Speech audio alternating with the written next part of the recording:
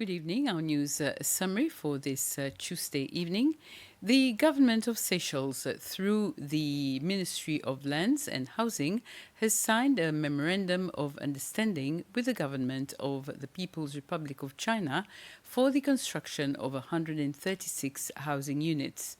The agreement was signed by the Principal Secretary for Housing, Jude Florentine, and a representative of the Chinese government. According to the agreement, 72 houses will be constructed at Béolier in the Port-Glo district and 64 houses at Cap Bomzan in Anse-Royal.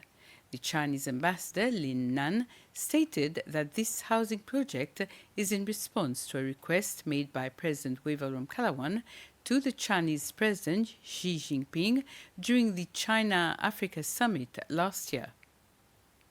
During their meeting, they jointly announced the elevation of our friendship relation to the strategic partnership. And a social housing project is one of their consensus they have made during his visit. And under the guidance of the two leaders and of course, with the efforts of both sides, the process of this project has been accelerated very fast. I think this we are confident that this project will be another landmark in our bilateral cooperation and will be carried out smoothly and successfully. The Internal Affairs Minister, Errol Fonseca, told the National Assembly this morning that the police saw no need to close the section of the Constitutional Avenue near the mini stadium last Sunday when a United Seychelles Party political rally was being held there. He was responding to a private notice question raised by the leader of the opposition, Sébastien Pillet, following a tragic road accident that day that claimed the life of a young woman.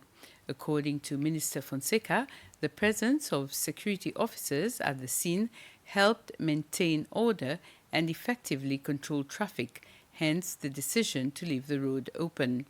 Before the debate, the MNA for the Inner Islands, Rocky Urani, took the floor to offer a message of sympathy to the bereaved family, a gesture followed by Assembly Speaker Roger Mossienne, who also offered his condolences on behalf of the institution. Before answering the PNQ, Minister Fonseca also expressed his sympathy and commended the efforts of those who responded to the accident.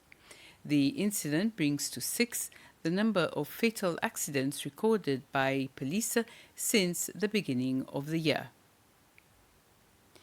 The Constitutional Court has ruled in a petition by Fairview resident Sophie Morgan, who claimed government bodies failed to support an independent environmental study into river pollution in La Misère. The court dismissed the case, stating that only individuals directly affected can request government information under the law, and the independent consultant should in fact get into his study without consulting past information. However, the issue can still be addressed in the original pollution case. Two other major constitutional cases, one by Mukesh Valabji and another challenging the 10th constitutional amendment, are still pending hearings. The Supreme Court has heard claims from Mukesh Valabji that witnesses in his case have either lied under oath or contradicted each other in their testimonies. This is in relation to the ongoing arms and terrorism prevention case in which Mr. Valabji, the primary accused, continues to represent himself in court. The case concerns a large cache of weapons and ammunition allegedly found at the Mont Blanc residence of Mr. Valabji and his wife Laura in November 2021. Central to Mr. Valabji's arguments are several large white evidence boxes used by the police to store the firearms in question. He has challenged the authenticity of the witness testimonies related to these boxes, claiming their accounts are fabricated, false, and inconsistent. One key point raised by Mr. Valabji is that official importation documents show the boxes were only brought into the country in July 2022. However, according to testimony from a police officer, the boxes were reportedly already in her possession at Mont Blanc residence on November 20th, 2021, and she allegedly used them to store the recovered firearms on November 25th of that year, and they were specifically brought in for the case. Mr. Valabji argues that it is impossible for the police to have had the boxes in 2021 if they were only imported in 2022. A number of activities has been scheduled this week to celebrate this year's arts festival. The official launching ceremony took place this morning at the National Arts and Crafts Council Gallery in Victoria. It was the Secretary General of the Institute for Culture, Heritage and the Arts, David André, and the Ambassador for Culture, Patrick Victor, who officially launched the festival. The first activity on the program was an art exhibition by students from primary, secondary, and professional centers, and this opened this morning. Two newly appointed diplomats officially presented their credentials to President Wevalo Kalawan this morning at State House. The ambassador of the Republic of Guinea to the Seychelles, Moriba Alain Kone, and the High Commissioner of Bangladesh to the Seychelles, Zoki Ahad. Both have reaffirmed their country's commitment to strengthening bilateral relations with Seychelles. Ambassador Kone, who will be based in Pretoria, South Africa, is the fifth Guinean ambassador to be accredited to Seychelles since the two countries established diplomatic ties in September 1978. During his meeting with the President, discussions centered on enhancing cooperation in the fields of education, tourism, and the blue economy.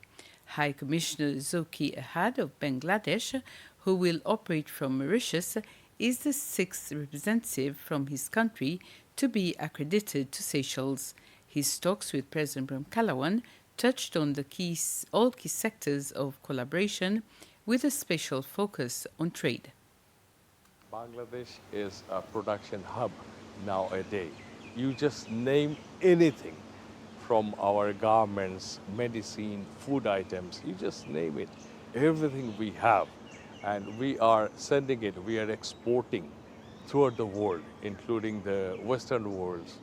Like medicines, the price we pay here or in neighboring countries to import from other countries, if it is $10, you can get hardly by $1 from Bangladesh. So there are many things, many products which will definitely make their lives easier in Seychelles. And it's not only for the benefit of Seychelles, it's for the benefit of Bangladesh as well. And with this, we end this news summary. Have a very pleasant evening. Next on SBC is the program Travail Il a.